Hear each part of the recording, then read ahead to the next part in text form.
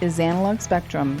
I don't mean to make it awkward, but Quentin, how come you're not returning our calls? Is it something we did? Recording. We are recording. All right. Good morning, everybody. This is Analog Spectrum. You have Tony, and I'm here with Doug. What's up? And it's morning for us, but whenever you listen to that, that's fucking fine. So, yeah, whatever. Turn it off and put it back on in the morning. 8 a.m. It's 8 a.m., people. So we're going to be subdued. So, I don't know about that. I don't either. All right. So what are we talking about today, Doug? Let's talk about the big bad QT, Quentin Tarantino. Oh my gosh. Yes. We always reference Tarantino. Yeah. And way back when we originally started doing a podcast or talking about doing a podcast, Doug and I exchanged ideas. And one of the ideas, and this is like 45 or 40 so podcasts ago, was for us to rank Tarantino movies. And that idea for a podcast just kind of sat on the list. And so that's what we're going to do today. We're going to rank Tarantino movies. Yeah. Yeah, I think it's something to do. Because I'm not sure, because you and I are both fans, but I'm not sure we're going to agree on some of this stuff. Well, honestly, talking to my wife, and her and I are pretty simpatico. She definitely got her number one's not my number one. I can tell you that. Okay. As a matter of fact, her number one is like my number 9. So, wow. Yeah. That's because she's weird. Hey, Doug, she listens to this, bro. I know. I love you, Mel, but you're weird. If you don't like the same shit we like. No doubt. Gonna get it out of the way. Spoiler alert. Don't be a dumbass. If you haven't watched any Tarantino movies, you don't need to be listening to this. Not that we're going to get heavy into the plot, because it is 10 movies that we're going to talk about. And just to kind of explain what we did here, Tarantino's actually been involved in quite a few movies, but we're really only going to rank the movies that are one professional. He did one either student or amateur film that is not on the list, and these are movies he wrote and directed.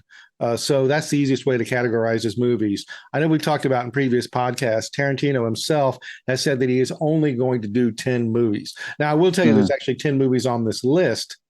But one of the movies, I believe, Kill Bill, he broke into volume 1 and volume 2, which we're going to rank separately. There's other movies. Oh, are we? Yeah, I am. Okay. Okay. I lumped them, but okay. That's okay. But he did movies like he wrote True Romance, he wrote Natural Born Killers, but he didn't direct those. Those were directed by, like, for example, Natural Born Killers was directed by Oliver Stone. And I did rank the two Kill Bill movies separately. And the movies we're talking about today, just so everybody knows, is Reservoir Dogs, 1992, Pulp Fiction, 94, Jackie Brown, 97.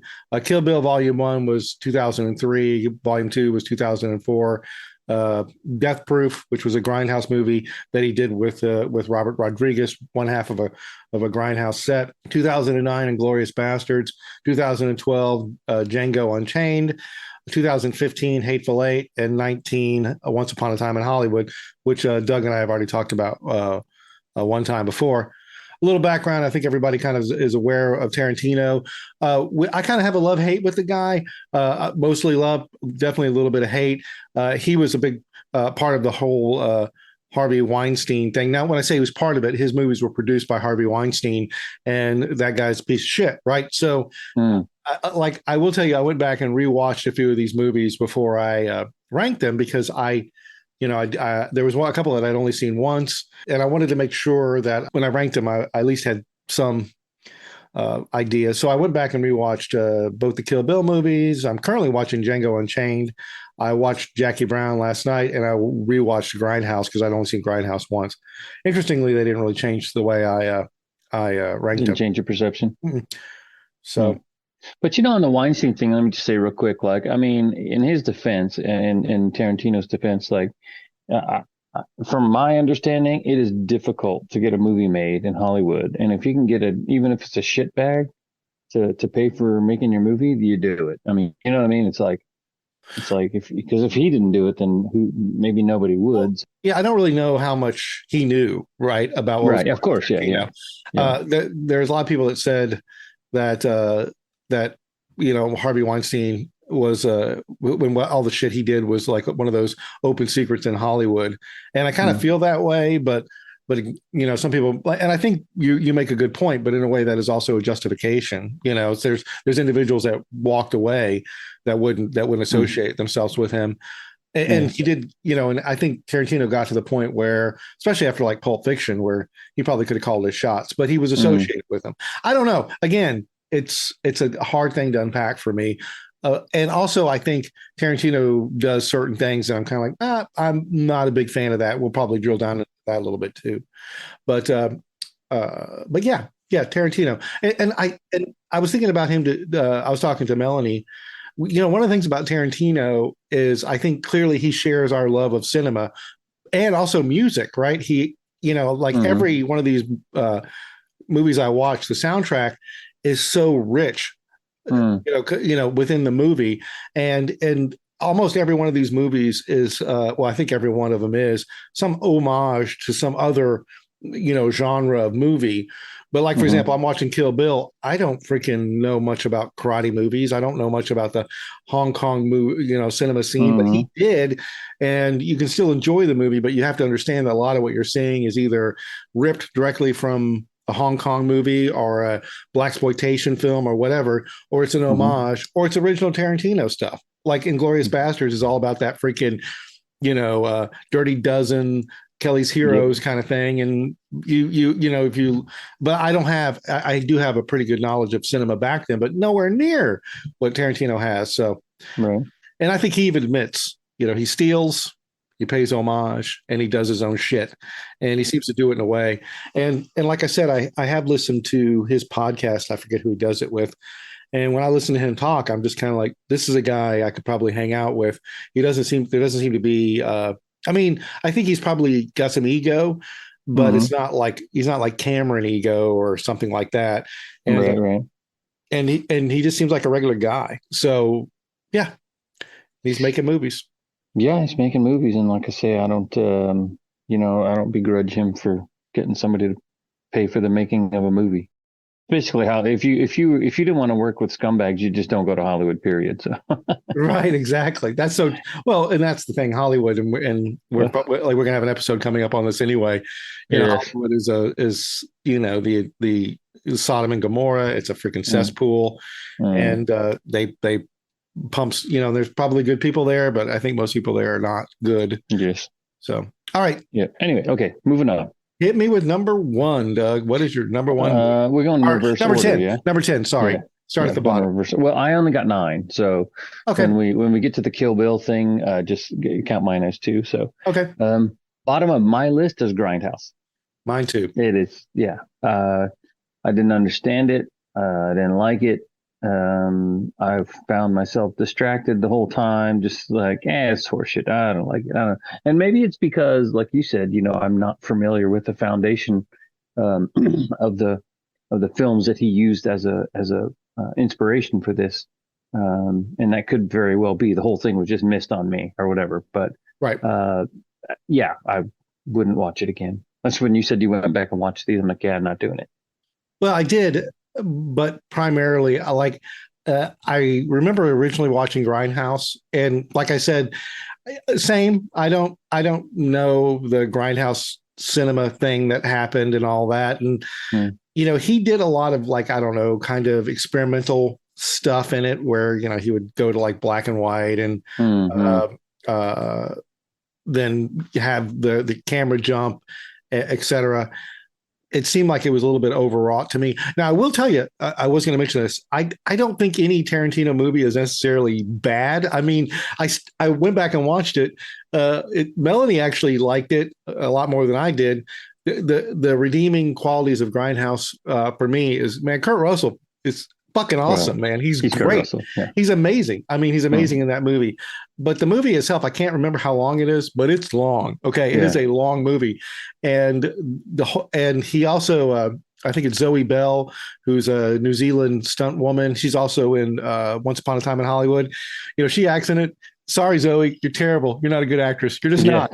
So none of the actresses really impressed me all that much, and the movie is just extremely, extremely dialogue heavy for what it really amounts to, maybe a 15 or 20-minute action scene at the end of the movie, Yes. which is not bad. It's a good action scene. It's interesting, but golly, they have a scene in there where all the women are sitting around the table and they're having kind of a Reservoir Dogs conversation, and it's just not as good as Reservoir Dogs. It's just not. So yeah. Well, it's one of these. It's one of these where, like, I was quite a while ago when I've seen it, and I barely even kind of remember the details of it. I just remember my reaction to this was like, oh my God, I can't get that 3.5 hours back, however freaking long it was. Because it was just like, yeah, because it was just like, man, I just, again, just didn't get it. Totally missed. I am not the audience for this. Like I said, the only thing that made me think, oh, this is pretty good is Kurt Russell was amazing. He just was. Every time he was on the screen, he owned that shit. The action scene at the end was great. Now, this movie also kind of falls into something Tarantino does quite a bit. He shoots pictures of feet. So he does that, and this has got lots of feet in it. And the other thing is he likes to empower women, and that's really what I wanted to get to. This is a female empowerment movie, because at the end the women end up, beating the shit out of and killing Kurt Russell. The heroines. Yeah. And he does that a lot. Sometimes he does it good. Sometimes he doesn't do it so great. This movie, again, it had some redeeming stuff, but it just wasn't great to me. So, yep. Agreed. So yeah, that was the bottom of my list. Yours as well? Yep. That was number 10. So okay. What's your number 9? Kill Bill. Oh, Kill Bill. Okay, so you put Kill Bill number 9. I didn't rank Kill Bill near number 1, but we'll get to that in a minute. So we're gonna have to split it up when we get there, and we'll talk about that. So, what's your thoughts on Kill Bill? Similar to Grindhouse, I think I probably the homage portion of that was humongous, and I just didn't get it for one. I think there was a scene in there that I thought was one of his best scenes in all of his films. But that wasn't enough to sustain the movie for me. That whole 5-finger death punch thing and all of that was just like, anyways.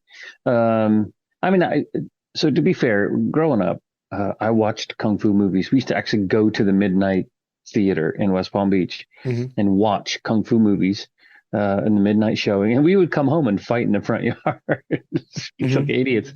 But so there was homages to that kind of stuff in there, but it just didn't ring true to me at all. He had different reference material than me probably, or something, I don't know.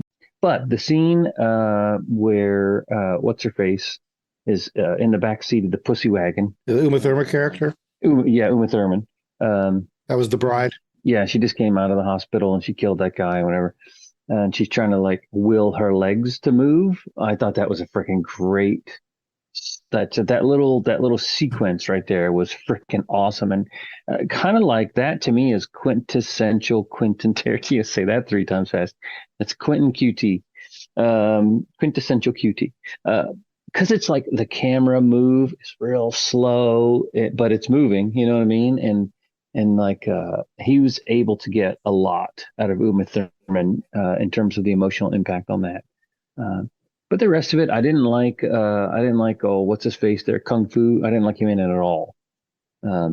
What's his name? The dude that played Kung Fu.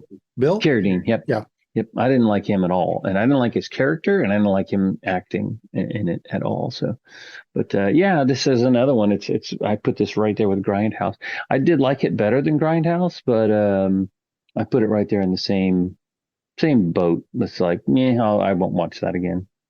Well, okay, so in defense of Kill Bill, all right, because again, mine rank a little bit higher. They're not number 1. They're probably kind of in the middle, and we'll get to that when we get to it. But seeing that we're kind of talking about these, I'll go ahead and address Kill Bill. Now, again, I broke them up into Volume 1 and Volume 2, but some of the similarities, and I'll maybe when we get to where they are on the list, I'll explain why I put them on the list.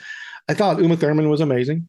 I thought, it's crazy because you go back and look at these, and you're like. At the time, you're like, oh, but now I've seen Uma Thurman. I think she's around our age, but seeing her young, she was the only constant throughout both films in terms of like like kind of like an emotional metronome. You know what I mean? She was the one thing about both of those films that was kind of held true throughout both films. Right. I thought one was better than two, if that means anything, but Mhm. yeah, I didn't like two at all. Yeah, I kind of agree. I do actually rank two lower than one, but yeah, I thought she was great. I thought she looked really good. I thought her acting was dead on. I think Mm, she kind of moved through that role. It was her film, right? yeah. And interestingly, little trivia, where she's driving the Carmen Gia. Hmm. Yeah, she actually there's a situation. I won't even want to say it. There was a bad situation where like they wanted her to drive like at high speed down a dirt road, and she didn't want to Hmm. do it. And Tarantino kind of forced her to do it, and she ended up in a really bad accident, hurt herself really bad in Oh the no filming shit. of this movie. Yeah, yeah. So I guess those kinds of things happen, but I mean, Mm. she if you can Swear they actually got read. stun doubles, man. Well, I don't know, Tarantino, right? Who the fuck, Yeah, right? yeah. But she actually said that I can't remember the exact word she used because she posted about it on it was actually kind of tamped down for years, and it was even recently she posted about it posted it about it Hmm. Hmm. on Instagram, and she noted that she felt like it was definitely negligence but not malice is what she said. So it seemed like she wasn't completely over it, but she kind of had forgiven Tarantino and all those folks. And of course, Okay. she popped up in Kill Bill, and also she was awesome in Pulp Fiction. But anyway, I Mm. liked her. But I tell you some other things I really liked about it. Just FYI, Daryl Hannah. Oh my God, Mm. dude, that was so out of character for Daryl Hannah. Yeah, well, Amazing. I thought Michael Madsen was amazing. yeah. Uh, See, I didn't like him in it. I did. I liked No, him. not me. Yeah, I didn't Yeah, like him at all in it. But yeah. I got him just like pigeonholed Mm, into Reservoir Dogs at this point okay. in my life. So it's like, Yeah, but no, his character. Well, I mean, he played Bill's brother, Bud, mm, and there are scenes in there where he took ownership for what they had done to the bride, and he knew that he was all about self preservation, but he was willing to accept death. If she came and killed him, so he was gonna give her a fair shake at getting revenge, mm, but not my favorites. But mm, also they're because the first one definitely more than the second was little vignettes. This movie was kind of a black exploitation. He did the right. anime thing, which was interesting. I don't know if I liked it or disliked it. Then he did kind of the more of the Hong Kong cinema homage and so forth. So the first one was Right. more that way. I do agree with you. I didn't hate David Carradine. I actually kind of felt bad for David Carradine, not as a character, but as a human being. The fact that his death is one of the hardest things to Mm, have happen to you if you're a celebrity. Are mm, you familiar mm. with his story? No. He died of autoerotic asphyxiation. Oh, He choked himself to awesome. death while masturbating. That's the word anyway. Yeah, So that like sounds when he was, great. I Yay, know. Hollywood. The fuck, you know what I mean? Like, it doesn't surprise me at all. It's, yeah. I know. I'm sitting And there these are looking the at Bud these right now. He yeah, doesn't even and blink. again here I'm going to go off on a tangent now because these are Yeah, the people that are making films that influenced all of us. You know what I mean? Like, right, right. I sound like a grumpy old man. I want to ban books and shit, but it ain't that. It's like, why should we listen to these people? And these are the same people that they always ask about their opinion about politics or about whatever. And so anyway, Kill Bill, yeah, it's bottom towards the bottom of my list. All right. My number nine is Jackie Brown. Okay, Yeah, okay, yeah, and watched it last night.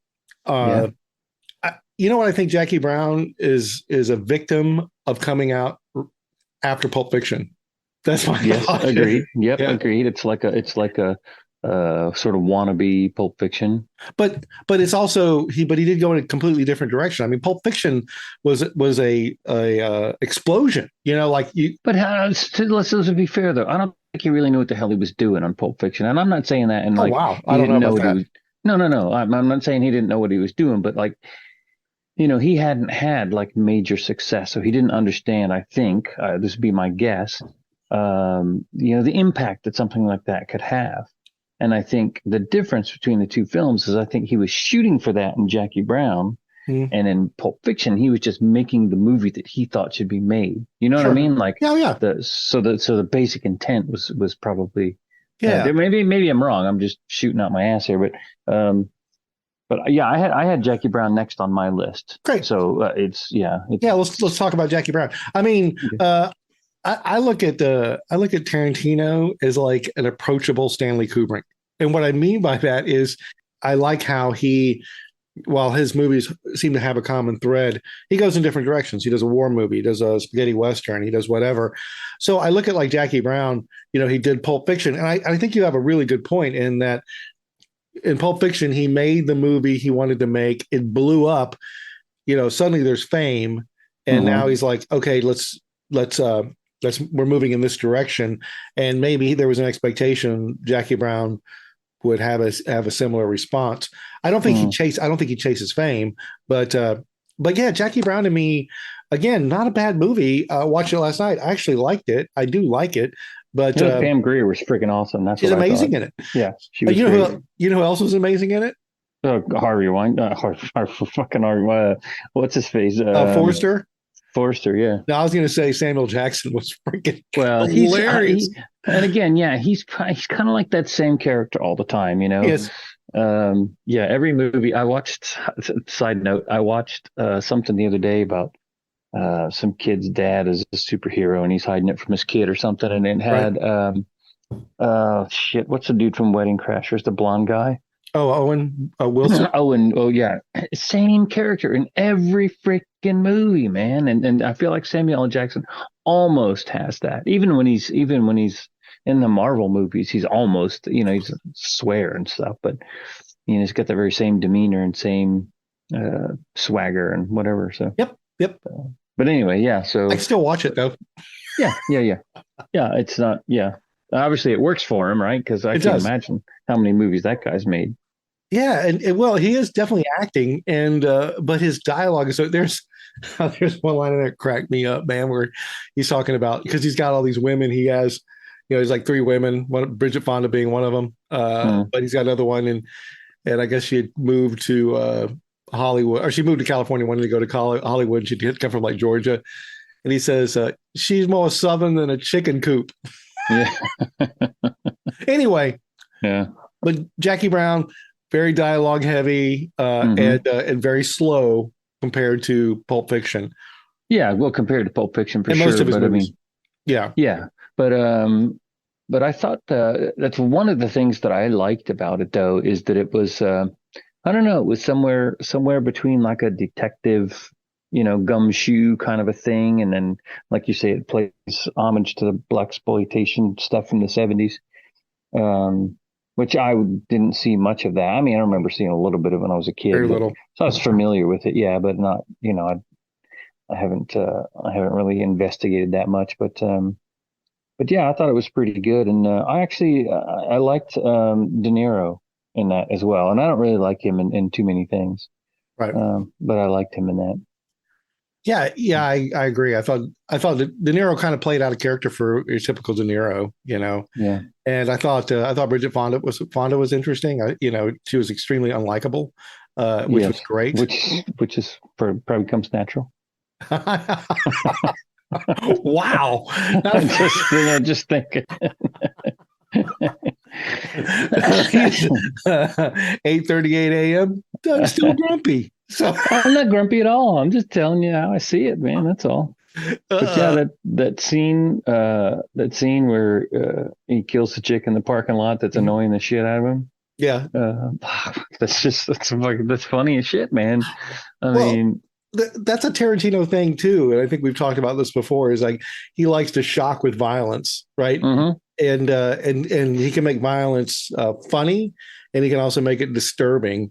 And in this movie, even though it does it maybe 2 or 3 times, because the Samuel Jackson character Ordell does kill Lewis later, the Robert De Niro character, where he just shoots him in the car when they're fighting, and like you said, and then Lewis shoots Melanie, which is the Bridget Fonda character, in the parking lot. But I mean, it's funny. It's almost, it even kind of goes back to like the whole Joker thing, where the Joker shoots the Robert De Niro character, and you're kind of satisfied by that. It's weird because you're kind of like, oh, he had it coming, but did he really? Same with Bridget Fonda. You're kind of like, yeah, she's naggy and stuff like that, though. But did he? But like to such a level. I mean, again, this is the beauty of the Tarantino direction, is that you get so fucking far under your skin. You're like, just kill her, just to shut her up. You know what I mean? And right. Sure enough, it's satisfying when it happens. And it's a movie. It's a movie. Yeah, it's a movie. Yeah, of course.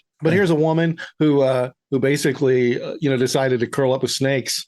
Yeah, thinking that she could get away with it, and not really knowing all the rules, right? Right. And so, right. Yeah. Not only does she curl up with him, she flicks him in the head, and you're gonna get bit. And that's what happened. Yep. But she got bit. Yep. But I did. And the thing that I liked about that scene is, I guess, not the attitude, but the actual physical action of when he killed her, like you could see, like, this is one of the things I liked about De Niro in this, where he doesn't always do this in other movies, like, but you could see the fuse was lit when they're in the mall and they're out going out looking for the car, which was fucking funny, right? Right. But then when she took it too far, you could see this, it snapped, and then he just did it. It wasn't like so many movies where it's like you can watch them contemplate back and forth, and and is it the right choice? Because there's no ethical decision here. It was a strategic decision, to keep her alive. And then when he finally shot her, it was just like, this is fucking done, man. Well, it's so great. And she was poking the bear like, big time. Yeah, because they were on a timeline, and she's like dicking around at the apartment. At the mall. Yeah, well, even before they were at the apartment, and he's like, we got to go, and she's like, 10 minutes. You said 10 minutes ago, and they were bickering like a couple. Yeah, she's totally fucking riding his ass. And I liked how he was like, I don't know, he looked sort of like a mobster. Yeah. You know what I mean? With that slick back hair and shit. But I did dig the mustache, though. I thought that was actually good. Yeah. So again, not a bad movie. I liked it. Yeah. But one other piece of trivia that's kind of interesting. Oh, the script, even though he has a writing credit on it, though, it was based on a book by Elmore Leonard called Rum Punch, and the Michael Keaton character in there, Ray Nicolette, is actually a multiple, or at least two Elmore Leonard novels, and he reprised this role as the ATF agent in another movie called Out of Sight, starring George. I think it was Out of Sight, starring George Clooney. So it was also another Elmore Leonard. So he's okay. Yeah, he's actually a connection between the two. I did not know that. Interesting. But yeah. All right. So that was my number 8. Your number 8 was Kill Bill. What's your number 7? 7 was Jackie Brown. Okay. Okay. Do you want to give me your number? I tell you what. Let me get caught up with you.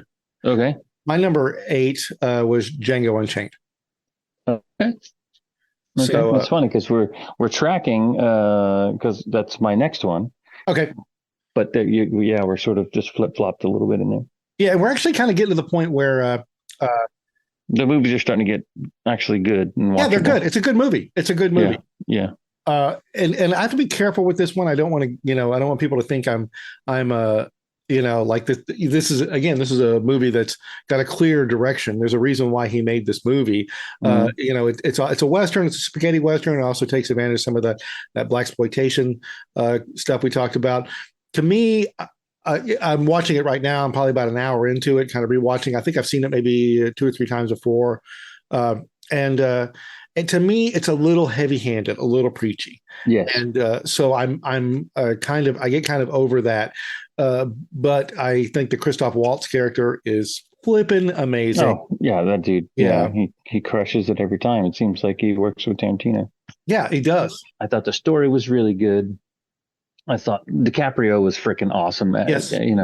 That's a match made in heaven, him and Tarantino. Right. He's pretty good anyways, but for some reason when he works with Tarantino, like his performances elevate. And I don't know if it's Tarantino gives him freedom to do it or if he harshly what's his face used to do. You mentioned him earlier. The crazy bastard from England. A crazy bastard from England. Yeah, the director. Oh, it's Kubrick. Kubrick, yeah, Kubrick used to be so mean to some of his actors. So I don't know. If Tarantino does that with him or whatever, but somehow he gets better performances out of him. Yeah, it's still good. I mean, DiCaprio's great. I mean, even I think that's again on a scale of really good to really really good. Because he's a great actor. But I totally agree with you. He gets so much out of Leonardo DiCaprio. I thought Samuel Jackson was great in this movie.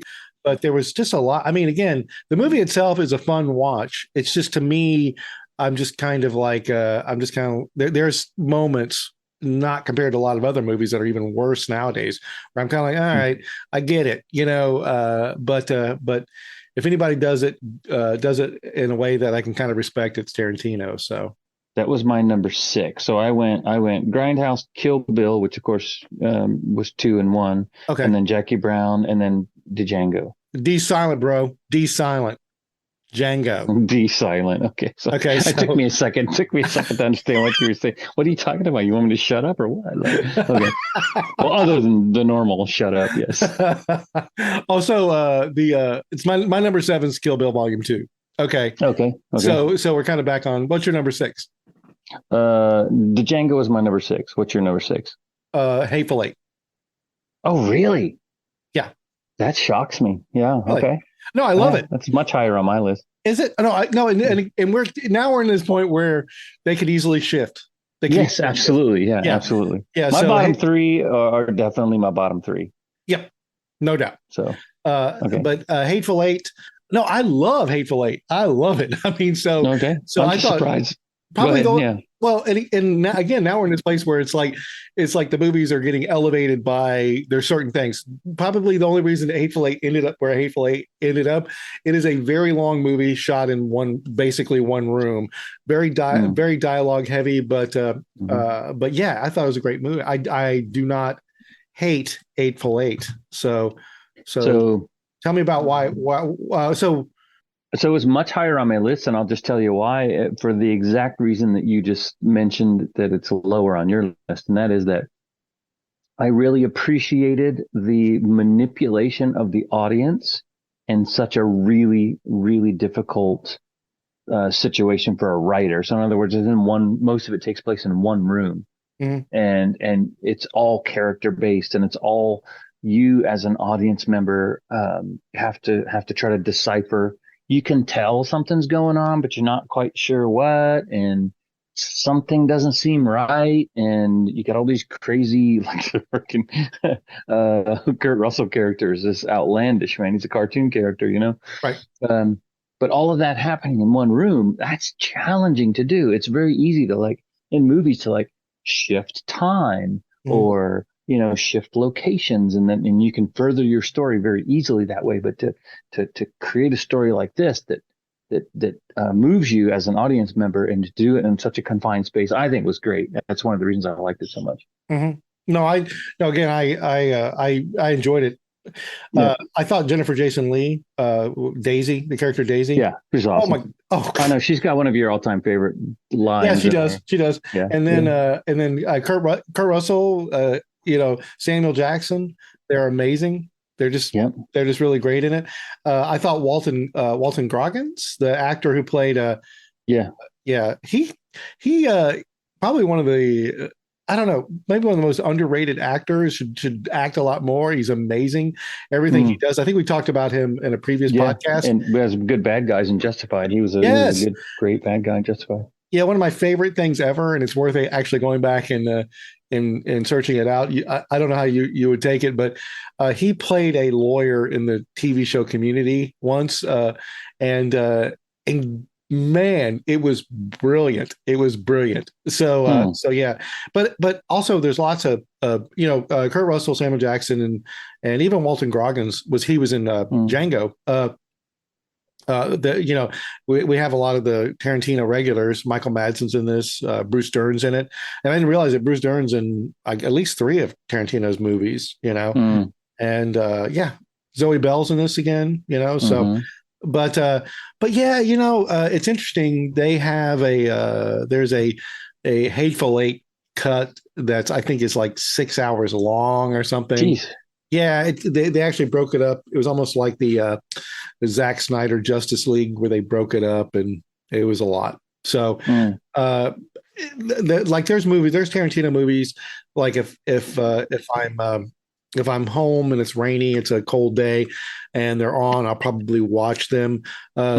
This is probably not one of them, and the only reason really? why, yeah, because it's just so long. It's a long movie, and it ends on a crescendo that's great. Like where, but it takes a little while to get where it needs to be. Yeah, maybe that's the thing. Is that's what I like. Is I like that really subtle, nuanced stuff. You know what I mean? It's been a habit or a trait of mine ever since I was a teenager. The first book I ever read was called Nothing Lasts Forever, and it was remade into that Bruce Willis movie Die Hard. And I don't know why I did this. I can't tell you what spurred it on, but I got right to the peak of the action or whatever, and then I'd put the book down and I'd leave it for days, and just to stew in the anticipation of what's going to happen next, And so I like that. I like that just being toyed with, by the director, just stringing it along and stringing it along. It's got to be entertaining, because if you do it and you don't do that well, then I get bored real quick and shut it off. But Tarantino's super good at it, and right. It's a slow burn. There's no doubt about it. Yeah, I like that. And like I said, it's his the way that man writes dialogue is amazing, and I would even really call this a true. I mean, it definitely takes place during the 1800s, but it's not even really a Western. It's just it's a room. It's a movie in a room. It just happens to be they're dressed that way, and they have some of those attitudes from that time frame. It's like a stage play. It really is. Yeah, just about. But I mean, all those scenes where the stagecoach is picking people up, and that feels very much Ichabod Crane on a stage play, kind of it's got that vibe to it, Sure does, man. It's like a play. Yeah. So that's cool. All right, so that was my number 6. Okay, what's your number 5? Kill Bill Volume 1. Okay. Yeah. Okay. And I ranked Volume 1 over Volume 2. Kind of like we talked about before. And to your point, there were things I really, really liked in Volume 2. I thought the Daryl Hannah character was in the fight was amazing and so forth. But Kill Bill Volume 1, I did like the Lucy Liu fight, even though it hasn't aged as well as I thought it would. Yeah. It's a little bit much. But also, like you kind of mentioned, the whole end of Kill Bill Volume 2, where she goes and he's saved her daughter. They have the whole conversation where he shoots her with the dart. I was just like, we need to go and end this. This is this is I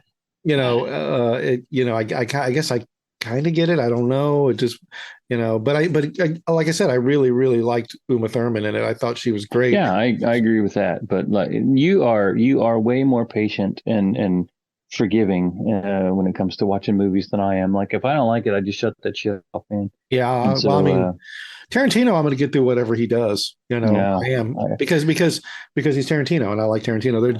There's definitely movies that I will start and I'm like, I don't like this. But I'll give, there's an example. Well, I won't give an example. It's not important. But the truth is that there's a movie I watched recently that I liked. And it had a sequel, and I started watching the sequel, and almost immediately I was like, "Oh, I freaking hate this! I freaking hate this!" They know exactly what made the first one popular. And it's like, hey, you like cake frosting? Here's a whole fucking can of cake frosting. You're like, I don't want just a little bit on top. I actually like the cake part of it, not all the cake as well. Yeah, here it's got confetti in it. Coming. Yeah, it's got bits of. I'm like, oh, this is way too much. Yeah. So, did you finish it? No, I watched like 5 minutes of it and I turned it off. Oh, okay. like I was, I may go back and revisit it, but I was like, see, that shit's going to bug you forever. You're one of those completists, man. Same with video games. Nope. What was that like? What was that? What was this that video game? This is not a completist thing. This is just, I am kind of, because I was like, off. Okay. Fuck this. And my thought is like, I might, it's only, I'm not exaggerating. It was 5 minutes. like Okay. 5 minutes, and hated it. And so I might go back and just see if they pump the brakes on it a little bit. All right. But yeah, I'm not real big. I'm not real. I mean, sequels are Yeah, they're such a tough. mixed Well, we're going to be bag. talking about that in the future, anyways. Yeah, we are. Yeah. All right, Anyway, okay. So that was your what? Your number five? that was my five. What was your five? Inglorious Bastards. Okay, that's my number four. Okay. Okay. Yeah. So again, not really very many criticisms of this. It was a solid movie. Right. The opening scene was one of the best opening scenes of any movie ever Ever. made in any planet and that was just freaking amazing. Mm-hmm. But the rest of the film started going wayward for me. I love World War II stuff. Mm-hmm. I didn't like Brad Pitt's character very much in this, and I know it was a what do you call it? A caricature, you know what I mean? Yeah. And overdone on purpose and all of that. But I just didn't. I mean, he did a good job on it, but I don't know. It didn't sit right with me. Right. And anyways, yeah. So, but the theater scene was great when they're blowing shit up and all that. That Right. was all cool, and the pub scene was good. That pub scene was again that thing that I like, that he can stretch it out and just make you anticipate and wonder what's going to happen, and Mm-hmm. so it was intense. But anyway, yeah. Yeah. Story wise, I thought it was not entertaining enough for me. Sure. And this was kind of the first time we ever saw him like completely, take history and turn it upside down. That we know. I mean, well, in our face, because Yes. He kills Hitler in this. This is another one I went back and revisited. When I first saw it, I was kind of in that lukewarm place, and I rewatched it, and actually rewatched it twice because I watched it and I was like, "Hey, Melanie, you remember Inglourious Basterds?" And we went back and watched it again. Everything you're saying, I'm completely on board with. That the opening scene with Christoph Waltz as at first, and interestingly, he almost did not make this movie because he did not have the Hans Landa character, the Christoph Waltz character, and he wanted somebody that could speak multiple languages. And I think you and I talked about this in a previous podcast. Our bad guy podcast, where during like read throughs and so forth, he even told Christoph just to freaking keep it tucked in. Don't go over the top, because he knew how good he was, and he wanted reactions from the other cast, actors, to be like, holy smokes, genuine, but he spoke German, he spoke French. He was a great actor, and actually, and this may be a little bit of an urban legend, but he allowed the movie to go forward because he found his actor, his Hans Landa. The Brad Pitt character, definitely over the top. This is another movie that empowers females. Probably one of the things I did not like about it is he the Christoph Waltz character was such a powerhouse initially, but as we kind of get a little bit into the movie, he either kind of neuters him or he kind of tamps him down, because Brad Pitt kind of outsmarts him and all that kind of stuff, which was I don't know. I feel like he would probably be a little more on the ball when it came to that kind of stuff. Yeah, I think it would have been more of a formidable foe, so to speak. Yeah. But just like I said with the other Tarantino movies, this movie does the, oh my God, that's freaking violent out of nowhere a lot, and the fact that he killed Hitler was crazy. At the time, people were like freaked out about that, or not freaked out, but they were kind of a little bit shocked that he did an alternate history thing, but he does whatever he wants. I thought the Jew bear thing was funny. And I see that part. I was just like, I don't know. I maybe it's like, somebody tells a joke and it falls flat. I mean, that's kind of how I felt about the Jew bear thing. I was like, meh. No, I loved it. No, I personally liked it. I like the fact that he comes out there and clubs the Nazi to death. I thought that was great. So, but like I said, the whole thing with that is that's Tarantino, and either it would not have been so violent, or he would have stretched it out, or that wouldn't have happened. But a series of events played out, just like with the Pulp Fiction and the Gimp. You're kind of like, oh, this is going someplace, and there's no stopping it. So anyway, but but yeah, so that was my number. What did I say? 4? Did you have a different number 4? That for me was number 5. Oh, okay. Okay, that was my number 4. What's your number 4? Once Upon a Time in Hollywood. Oh my gosh. Okay. So we're pretty much online, really, honestly. Pretty close, yeah. Yeah, Once Upon a Time was my number 3. Okay. Go So away from me, cat. My stupid cat's bugging me. so tell me about Once Well, Upon a we Time. did a whole podcast on We this, did. so I don't want to revisit too much of it. But at the end of the day, to me, the story was the worst part. Everything else was better, but like the acting was great. The cinematography was just, Tarantino developed that style in his first 2 movies, and he pretty much perfected it in this one. Because it's not as evident in some of it. You could see some of the Tarantino's, and I'm talking just cinematography here. I'm not talking the direction and the story and all that stuff. You can see a little bit of it in Hateful Eight. You can definitely see a little bit of it in Django and Jackie Brown. Mhm. Not quite so much in Inglourious Basterds, but in Once Upon a Time in Hollywood, it's like that just reeks Tarantino in the way that film was shot. Mhm. The scene, for example, where he goes to pick up what's her face, where Brad Pitt's in the Cadillac and he pulls over to the side of the road and he's talking to the girl that wants a ride to the ranch. And he had talked to her before, and he asked her something. Oh, he pulls over, says hi to her or something, and she walks over to the car and leans into the car. And the shot, the camera shot, is probably half the screen is covered with that chick's ass, but you can barely see Brad Pitt kind of off in the background. And they're talking about, did she ate a pickle or something? I don't know. She wanted to get a pickle in the previous part of the movie, and he was asking her about it. Mhm. But the shots like that, and the scene where he first sees the girls, I mentioned this when we first talked about it, and those hippie girls are walking across the street. That camera move is like I never see it anywhere else except Tarantino movies, and it was great. So there was a lot about that movie I liked. Right. And the story was the thing that I liked the least, but I still liked it. Yeah. Yeah.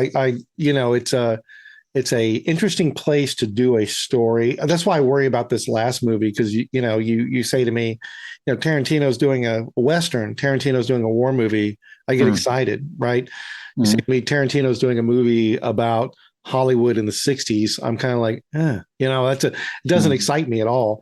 Yeah, same. I think he was able to kind of bring me over a little bit. I do not disagree with what you're saying. It's just it really was just a period of time in these guys' lives, Mm. and with the whole Sharon Tate thing folded in, and again he does the whole subversion of history thing with this.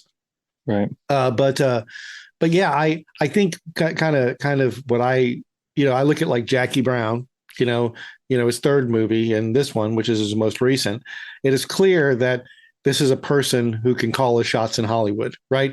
Mm-hmm. Like Jackie Brown, it's obviously he does things very intentionally, but you can kind of tell that he recreated 1960s Hollywood in Hollywood, right? Right. And he was allowed to kind of call his shots because he's Tarantino, Right. and other things he did like the whole Bruce Willis thing, or not Bruce Willis, Bruce Lee thing, where they made the comment about like where China was like, hey, edit out the Bruce Lee stuff, or we're not going to release your movie in China.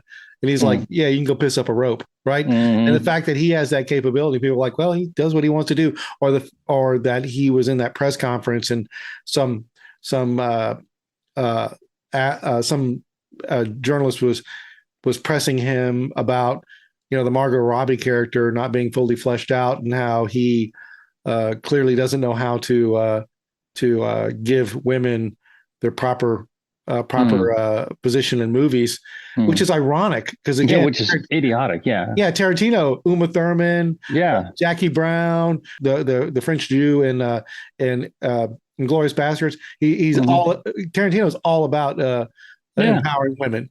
And he absolutely. basically just tells her, I don't, I'm not going to answer that question because it's stupid, right? And Yes. and so it's the fact that he does that and he doesn't get freaking totally canceled just tells me again the power of this man, right? Right. So, but with that said, yeah, we're kind of on the same page with that. I liked the movie quite a bit. But I think you're right. I think that we're just observing these people in a day, kind of a day in a life. There was again, there was periods in there where I was like, wow, that's amazing. When he punches that guy out at the ranch, Yeah, ranch, yeah. that was great. The end was great, but yeah. So that takes us to where are we at right now? We are at the top three. Top three. So my top three was Once Upon a Time. What's yours? Hateful Eight. Okay, Hateful Eight. We've already talked about it. So Yep, we talked about Hateful Eight, which yeah, and you explained yeah, why. like I said before, I just think that one was I don't know, they could be swatched, easily switched. Hateful Eight and Once Upon a Time almost equal for me in my little world, but clearly our top two are our top two.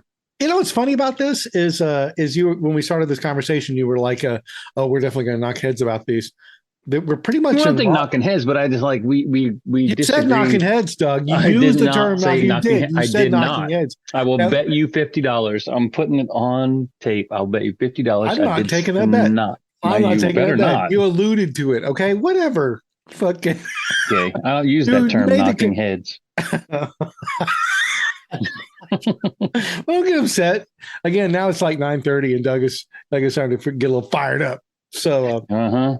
but anyway, no, we thought we were going to disagree on a lot of these, and we haven't. Would you say that? Well, yeah. Okay. Agreed. Okay. All right. All right. Agree to disagree. Okay, I'm disagreeing to agree with you. Wait, what? Whatever. Oh, Nah, okay. Yeah, so our top two is our top two, and just now we just get down to it. What order did you put them in? Reservoir Dogs 2, Pulp Fiction 1. Same. There you go. Yeah, same. Reservoir Dogs, I thought was just gosh, man, what a freaking great movie. Yeah. But not quite as polished, I think, as Pulp Fiction, and not quite as rich of a story. Yeah, we can almost kind of talk about these movies as together, and what I mean by that is our time and I know what together means, Tony. I have linguistic skills. Okay, now he's got a freaking chip on his shoulder. So I'm not going to knock heads on you on this, Doug. That's right. That's I know a lot of times, everybody, just so you know, a lot of times I have to explain things to Doug because he's because I'm 3. He's got his brain is very smooth. He's had a CT anyway. They're like, wow, yes. it's like a pool ball. No, so Reservoir Dogs. But so Reservoir Dogs, when we were in Florida together, I remember watching it and saying to you, dude, you got to come over and watch this movie. Here we are with the movies of the time, and this thing drops, and it just, I think for both of us, it just blew our mind. Blew our mind, yeah. Yeah, we couldn't believe what we were watching. Yeah. And, I had never seen anything like that ear scene. Oh God. I had never seen anything like that, dude. And it was really the strangest thing. And I think everybody had that same reaction. It's like you're laughing, but your stomach is turning at the same time, Oh, like where Michael Madsen. And Michael Madsen was just like, he just played it perfect. Yes. The setup was perfect. The music was perfect with Steelers Wheel. Yeah. And yeah, and he even threw a little humor in it, like where he goes, he's talking in the ear. Can you hear me? Can you hear me? Yeah. And you don't want to laugh, but you laugh. Yeah. Yeah.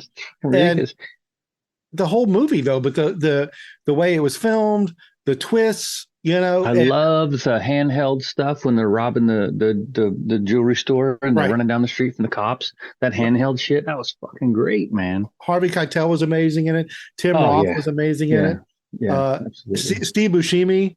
Oh man, yeah, amazing. So I can't even think of words how good those guys were. I mean, the casting was great, the acting was great, the directing was great, the writing was great, the cinematography was great. I mean, everything about that fucking movie was good, man. Yeah, and it's Tarantino's second. Actually, his first one was I can't remember if it was an amateur or school movie. Probably not a school movie, like an amateur movie. This is like his first movie, right? Real movie, yeah. Real movie, right out of the gate. Who knows who this guy is? And of course, he's in it too. He actually acts in it. But again, if you think about that and then you watch the movie, you can see that because it all takes place in really, really cheap sets, right? They rented some old freaking warehouse. Sure. They're running down the street in LA with all tight shots. There's no like big Right. open, establishing shots. You never even get an establishing shot. No. And then the diner, which is again another, movie history scene, that whole diner thing. Right. But yeah, I mean, so you can see that it was a cheap film to make in terms of films, right? Whereas if you compare that with Once Upon a Time in Hollywood or Hateful Eight, I mean, those are epic in comparison, Yeah. So sure. And even like that, you talk about the opening scene, but the to me, the one establishing shot is them walking down the road together. Well, yeah. Yeah. And my thing with that is that's, for such a low budget movie, that shot has been redone, ripped, stolen from, paid homage to. Well, it was stolen too. That was stolen from The Right Stuff. You think? I don't know. With the astronauts walking towards the space capsule. I don't know. Yeah. Maybe. That was totally stolen. Absolutely. It just wasn't as cool because they were astronauts. Okay, they weren't gangsters. I mean, with the skinny ties and shit. Yeah, maybe the slow-mo walk was it. It's been done before, but he's the one that freaking made it what it is. I mean, like when I see it now in anything at all, honestly, I think Reservoir Dogs. I think that's but I mean, if you check it out, the main thing that he did that was different, and this is a great camera trick that Hollywood figured out long ago, right, is if you watch The Right Stuff, that camera angle. I'm going to look it up as I'm talking just to make sure I'm not full of shit. But that's entirely possible. Get my $50 back because I think you are full of shit. Let's see. Slow-mo walk. There we go. The Right Stuff slow-mo walk. Let's see if I'm right.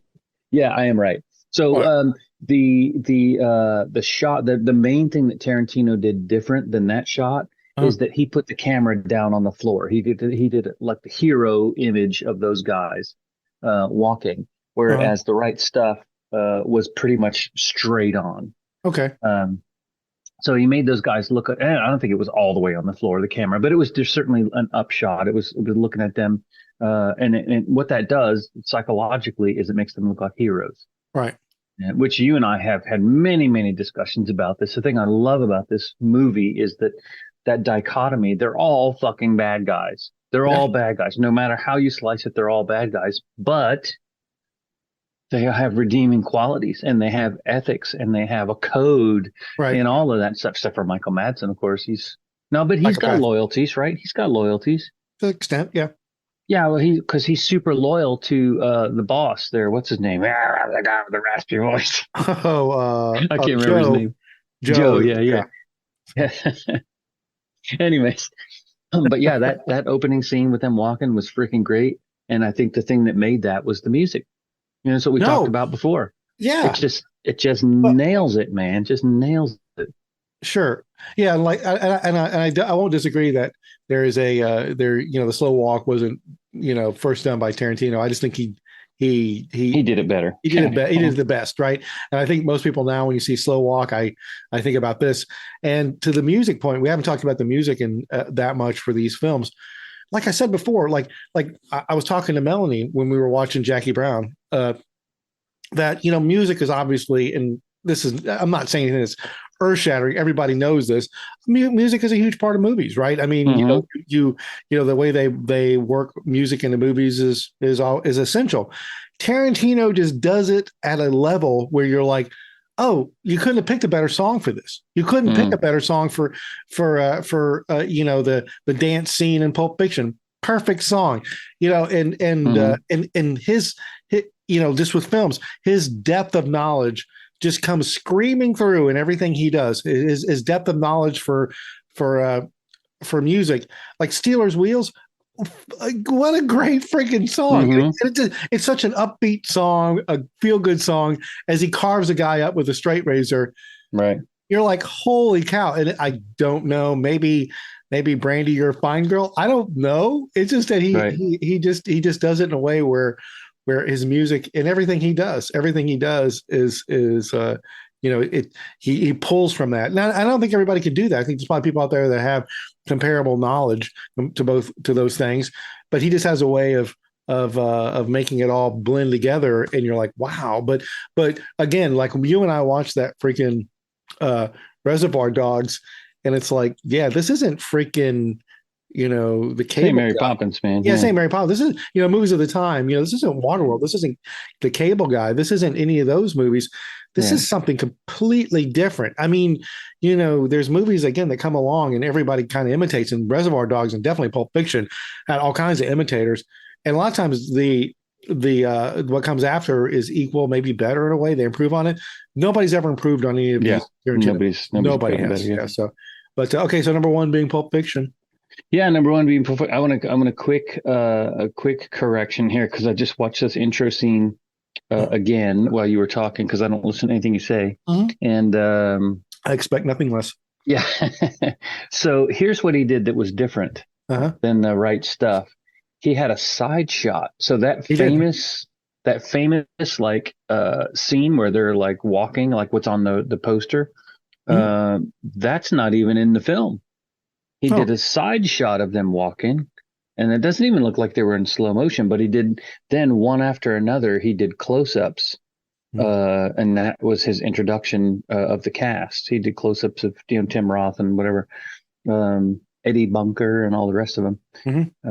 So that's how he did it different than the right stuff. But anyway, it's a minor point because overall it was just awesome. It's funny. It's almost like what's it called? A Mandela effect, because you said he didn't even do a forward shot, and I'm like, well, really? But I totally believe what you're saying. Yeah, it's also all of his straight on shots were at eye level, but with the actors. Right. And it wasn't a group shot. The group shot was, and then it was all side, and then the last group shot was them walking away. You see the backside. You never even get that shot that's on the poster. So interesting. How many times do you think you've seen Pulp Fiction or Reservoir Dogs? At least 10. Yeah, both of them at least 10 times. Yeah. So there's so many things about the movie that I like. We could talk for hours about it, but the fact that Tarantino gets shot and crashes the car, and he dies in the car when these other guys get out and escape. Yeah, that was freaking great. And then we talked about the Mr. Blonde torturing the cop. That was freaking awesome. Sure. Oh, the part I also like the part when the cops come around the turn and Harvey Keitel has the 245s and then loads on them. A lot of stuff that happens outside the warehouse. And of course, we get Tarantino's shooting things out of sequence. Yes, which he does. Yeah, the jumping around thing is great. Tim Roth was great. It's kind of cool because Tim Roth is freaking brilliant. Out of sequence thing was cool because it kind of almost forces you to pay attention. Like always. You get more invested because you connect the pieces. You know what I mean? Yeah. He's got them disconnected and you put the puzzle together. And so you have more invested in the film. Yeah. I mean, I know, like I can tell you right now, like when I've talked to people that don't like Pulp Fiction, and I've actually, had people tell me, I don't understand it. And you're like, why not? And it's like, well, it doesn't make sense. John Travolta's character dies and later on he's alive again. And I'm thinking, yeah, you're a fucking idiot, man. Yeah, you're stupid if you can't follow it's like, that. I know it's like you can't follow, but that's conversations I've had where people are like, crazy, yeah. It's out of sequence. The movie's out of sequence, and it was, it boggles my mind. But there's reasons not to like a movie, but the fact that everything is not explained to you, and it drives me crazy. And so let me. I'm going to go because it wouldn't be fun if we all agreed on every single thing. I'm going to tell you that somebody out there is probably saying that very same thing about you and I when we put Grindhouse at the bottom because we didn't understand. You know what I mean? So they could very well be. So somebody who's super familiar and they go, that's so obvious. Be like, I lost on me, dude. I missed it. Sure. Yeah. Like to me, Grindhouse was just chatty as hell. And again, it was, as I like to joke around about, it was an hour's worth of content shoved in a 2.5 hour bag. You know what I mean? It's like could have easily been done, Yeah, but I mean that homage thing, right? Like, and so what I was talking about in Kill Bill, they're homaging to these films that I'm just not familiar with, and so maybe it's a similar concept. But it's funny. It's interesting about that because probably all these movies Of all the movies, I'd probably say maybe two. Like I kind of know a little bit about like the war movies. I don't know anything about Hong Kong movies, but I still enjoy them. You know what I mean? Yeah, Yeah, yeah. and it makes me kind of interested in maybe getting into those movies a little bit. Like, but for example, I've never watched blaxploitation movies. I don't really not super interested in them. Yeah, Foxy Brown. Yeah, did you? Coffee? I don't think I've ever seen them. I probably, to be honest with you, when I was growing up, I would watch anything on TV. I liked Yeah. the Mod Squad. Mhm. I've never been prejudiced, man. I just don't care. It's like I appreciate you for you and your culture and all of that stuff, right? So I can either relate or I can't, and it doesn't have anything to do with your color. It has more to do with like your culture or things that Right. you like or don't like or whatever, right? But yeah, shit, man, I watched all that stuff, and I could have very well could have seen it, but that's my whole household was like that way. It was totally open in that way. You know, we watched everything from the Jeffersons to what do you call it? All in the Family, which is now you watch it now and you think, oh my God, how do they get away with that? Yeah. But anyway, back to Reservoir Dogs. I mean, there is scene after scene after scene in this film. Every single scene. Like this is one of the things I think is different about Reservoir Dogs and Pulp Fiction. Every scene in Reservoir Dogs is good to great, good to great. And I mean every scene. When Michael Madsen shows up at Joe's house and he just got out of prison and you know he's picking him for the heist, that's a great scene because not only does it reveal a new character in Michael Madsen, but it also reveals some of the character of Joe picking guys for this job, right? He's not just picking random dudes. He's picking guys he really needs to trust on this. And then the whole relationship between what's his name, Penn, Sean Penn's brother there, whatever his name is. Yeah, that was Nice Guy Eddie, Chris Penn. Nice guy Eddie, yeah, yeah. Yeah. So his relationship with Michael Madsen's character, you know, that was developed in that one scene. And so yeah, it's every single scene in that thing was great. But you know, the diner scene, the Steve Buscemi, yeah, I don't tip. Yeah. Tippins for the birds. So what are you talking about? You don't tip. I paid for your breakfast. Throw in your buck. So I just watched a movie with Steve Buscemi in it. The Death of Stalin. Did I tell you about that? Mm-mm. Oh God, man, you gotta. That may be if you haven't seen that, maybe that'll be on our film swap. Watch list. Okay. Yeah, I won't say anything more about it. Okay. So, Cool. But yeah, so then and also like the whole sequence where Buscemi as an undercover cop, he's like he's falling in with the gang, right? And he's going with Harvey Keitel, and Harvey Keitel is telling Tim Roth, that's what I meant, yeah. Where Keitel is telling him how to deal with the bank guy if he starts giving you problems, and you know all that the stakeout part, you know, everything in that. And again, to me, that says new filmmaker because I have to make every scene count. I don't have unlimited budget, so the shit that I include in this movie's got to be good, you know. Right. Whereas if you, like you were saying on Grindhouse, it's like, man, there's a bunch of useless shit in there. Right. We don't need all of this, you know. But you would say that Pulp Fiction, though. I wouldn't. I would also say that with Pulp Fiction, there's no wasted shot either. I think it's a solid movie all the way through. Every scene is essential. Yeah, I don't know. I can't say. Well, it's like the GIMP stuff, right? Yeah. Like the only thing that the GIMP that character, the only thing that revealed to me was the depravity of the shop owners. You know what I mean? But that didn't add a lot. Like it kind of like it gave us as an audience an opportunity to see Bruce Willis kind of redeem himself and save the guy and get out of jail card free, so to speak. Mm-hmm. But you know, the GIMP didn't need to be in that. Oh, I don't know. It was funny and yeah, it was. But it was interesting. To your point, though, there was, you know, I looked at. Okay, let's switch over. We're switching over to Pulp Fiction now. Okay, Pulp Fiction. And just talking we can talk about these together. And by what I mean by that is, no, I'm just kidding. So you know what together means? Wait, I'll look it up. Anyways, You can fuck off. Anyway, okay, and then there's that.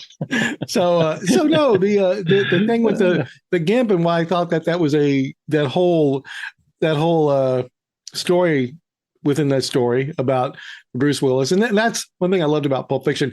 We'll get to that in a second. The one thing about Pulp Fiction, you had Reservoir Dogs, blew my mind. Okay, Right.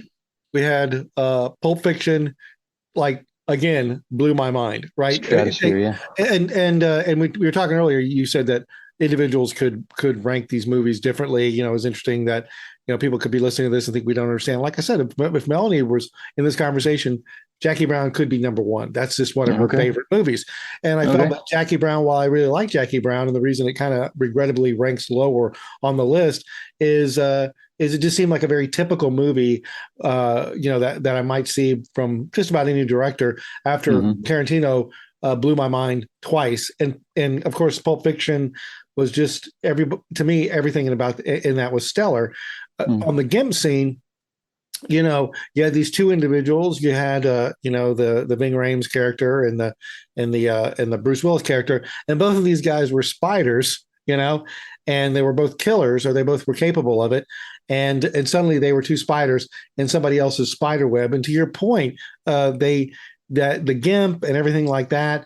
Yes, it really was a scene that when it happened, I even remember sitting in a theater and going like, because I knew who Tarantino was now. I remember the ear scene from Reservoir Dogs, and I was thinking, oh my God, if he can jack me up on that ear, what's about to happen? And still there were scenes in there that were insane, in that whole GIMP thing. So I don't know. So I think where I put the GIMP as a character in the film, it's just like it's like a style. It's like a chunk of style, you know what I mean? To show how depraved the shop owner really was, and Zed. And again, it provided I guess a what if, it provided this like, man, if Bruce Willis didn't come along, right, Ving Rhames would have been in a world of hurt. He would have been the GIMP, you know what I mean? That's that was his future had he not been saved. So, right. And of course, I wouldn't say it's not valuable. I'm just saying like the story could easily have been told without that, but and of course, I didn't see that in Reservoir Dogs. Like in Reservoir Dogs, like every single thing was necessary for that story. It was more stripped down. But again, that's one of the things I like so much about Pulp Fiction is that it was more flushed out. It was more polished. It was more, the characters were developed more. So don't get me wrong. I'm not complaining about the GIMP scene because it's one of my favorite scenes in there. But just in comparing, how the story was told. I just thought that it could have been done without it, but I'm glad it was in there. I know that you were a little upset because that you're familiar with the zipper mask, and you were like, that's not the way he would wear it. No, it's not at all. Because I was actually wanting to be the GIMP. So, but you're like, nobody's going to wear it like that. Nobody's going to. You stole my nickname, you bastards. Hey, that's my cage. But like I was saying, I just remember coming out of the theater going like, I need to process this movie. Yeah, what did I just see? Really liked it. I know I really liked it. But let's not. We could, like you were just saying, we could probably pick this thing apart all day, going scene by scene and so forth. But everything about this, from the opening, what they call a quarter pounder with cheese, the Mia Wallace stuff where she ODs on heroin. That's an amazing scene. Do me a favor. Without looking it up. Don't look it up. Promise me you're not going to look it up. Tell me what's the opening scene. The opening 5 seconds. Oh, aren't they in the diner? Nope. Cameras in the trunk. They open the trunk. We should have shotguns for this kind of deal. That was the actual opening? That was the opening, yeah. Okay. How many guys up there? Not sure. 2 or 3. Yeah, I do remember. Yeah, we should have shotguns for this kind of thing.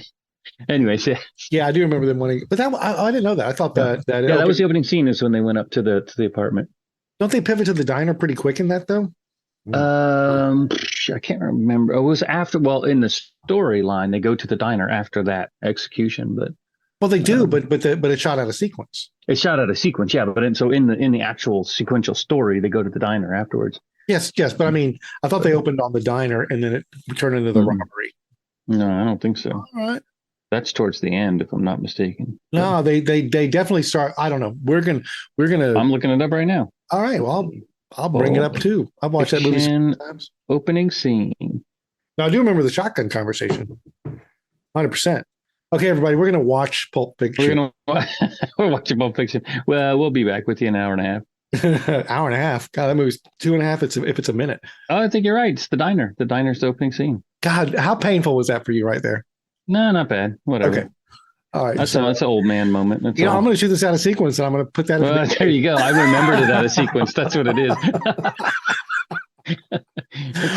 Honestly, I got a Quentin Tarantino brain. it kind of makes sense. It kind of makes sense because that is really probably in the chronologically, that probably is what happened first. No, the drive up would be the first thing where they're talking about the quarter pounder with cheese and Royale with cheese and all that. Royale with cheese. But anyway, yeah. So sharp, whatever. Lots of action, very sharp dialogue. Oh man, with the action, crazy great dialogue. Yeah, unbelievable. And they talked about how this kind of rejuvenated John Travolta's career. Mm-hmm. Has he done any other Tarantino movies? I don't think he has. I think he just did this one.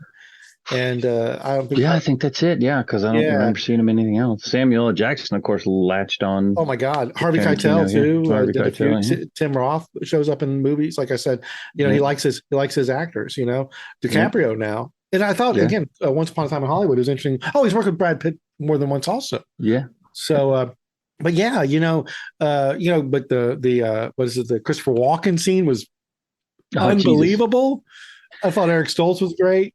Oh yeah, absolutely. About as close to a perfect movie as you can have. Yeah, it's my opinion as well. Because I mean, from all of the aspects of me enjoying a film, right? It's got so many elements. The intrigue of what's in the briefcase, the reveal of Marcellus Wallace not being, the crime, potentially not being the crime lord that he thinks he is when he gets caught, and like you said, in the spider's web, and he could potentially turn into the Gimp without Bruce Willis saving his ass. And then the Bruce Willis character, and his desperate sort of ditch effort to retire and get the hell out of there. And I loved his girlfriend in that chick. I don't remember her name. In Pulp Fiction? Pulp Fiction, yeah, Bruce Willis's girlfriend, when she's saying that she liked his pot belly and all that kind of stuff. She's like a French chick or something like that. Zed's dead, baby. Zed's dead. I'm bringing it up. I think again. I'm just looking at the. I can't remember who the actress was, but you honestly, you're not going to know. I'm looking at it right now. I just brought it up on Internet Movie Database. Brona Gallagher. Yeah, whoever that is. No clue. Played Trudy. Trudy, that's it. Yep. She was great. I thought she was awesome as a little side character in there. But yeah, the whole Zed thing was cool, and Marcellus's club when he's in the background in the shadows, and telling Bruce Willis to take a dive. And it's weird how those two characters met, him and John Travolta in the club, and then later on he kills him on the toilet. Right. I'm trying to think, and also the actress who played Honey Bunny is another one that Amanda Plummer. Play, because Tim Roth character was called Pumpkin and she was Honey Bunny. They were talking to each other. And hey, you motherfuckers, move! I'll execute every one of you. I love the fact that he holds up his cup and goes, "Garçon, more coffee," and the waitress comes by and goes, "Garçon means boy." Garçon means boy. But again, man, it's typical, so quotable. That movie. Yeah. So. Oh shit! You sending the wolf? I didn't know you were sending the wolf. Why didn't you say so? I know. And Harvey Keitel was amazing. And excuse me for being curt. I love how Tarantino goes off about having good coffee, and everybody's like, "Damn, bro, this is a good coffee." Good cup of coffee. And then that's because I don't drink shit. And then Harvey Keitel shows up later, and he gives him a cup of coffee, and he takes one sip of it, and he pauses to acknowledge. Yes, just a quiet nod. Yes, that was it. Yeah. Oh man, that's God. What do you like? You like oak? I like oak. Yeah. I like oak. Your uncle Marcellus likes oak. Or whatever. Well, all right, we're spiraling out of control here. Yeah. So Pulp Fiction. So Pulp Fiction number one. Yeah. You shooting Marvin in the face. I mean, come on. Yeah. What's not to love? Oh, that was really the epitome of that whole Tarantino. Oh yeah. Here's some violence. I shot Marvin in the face. Yeah. Well, why'd you do that? Well, I didn't do it on purpose. You must hit a bump or something. I didn't know damn bump. I didn't hit no bump. How come every time my fingers touch brain? How come I'm in the back seat? Oh, that's freaking great, man. Oh my gosh, man, I gotta go watch that movie, man. I know, man. It was on the other day. I was scrolling around and I saw it and I thought, man, I should sit and watch this. I just did not have the time, but it's a rainy Saturday, so I think that today might be the day. Yeah, I'm gonna go finish Django Unchained here in a minute. But all right, so any last thoughts on Tarantino that we need to bring up? Well, I'm looking forward to his next one. To be honest with you, there's no way I ever would have watched Once Upon a Time in Hollywood without you forcing me to watch it for the podcast. So I thank you for that. You're welcome. Because it was actually pretty damn good. And that leaves room for his next one. I'll watch the next one. I don't know. I try hard. I love to see movies with no trailer whatsoever. So I'm going to do my very best to see nothing about it and just go and watch it when it comes out. If it comes out, it'll probably come out in the next year or so. Maybe. Yeah, let's go to the movies, man. Definitely, let's go to the movies. Go see it in the theater. Yeah. Yeah, and we'll do. And if we're still doing what we're doing right now, if we don't get canceled for some dumbass shit we say, we'll keep running out. So can't cancel me. You really can't cancel us. I guess you could, but I don't. Yeah, I guess. Yeah. So whatever. All right. Well, we'll leave it at that. Right, well, so. For anybody who actually listened to this entire thing, thank you for being patient and listening. And if you haven't seen any of these Tarantino movies, don't take our recommendations. Just go watch them. You will not be sorry. Any of them are good. Start with whatever you want. Go down our list. Don't go down our list. But if I had to recommend one that you had to see, that would probably be Pulp Fiction. Definitely Reservoir Dogs. So yeah. All right. Everybody have a great day.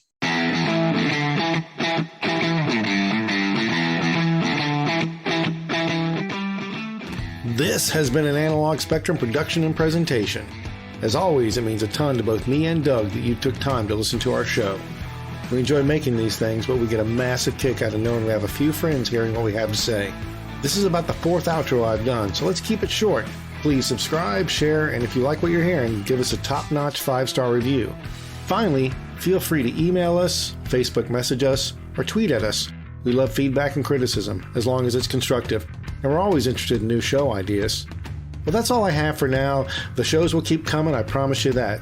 Thanks again for hanging out with me and all of us at Analog Spectrum. We'll see you again soon.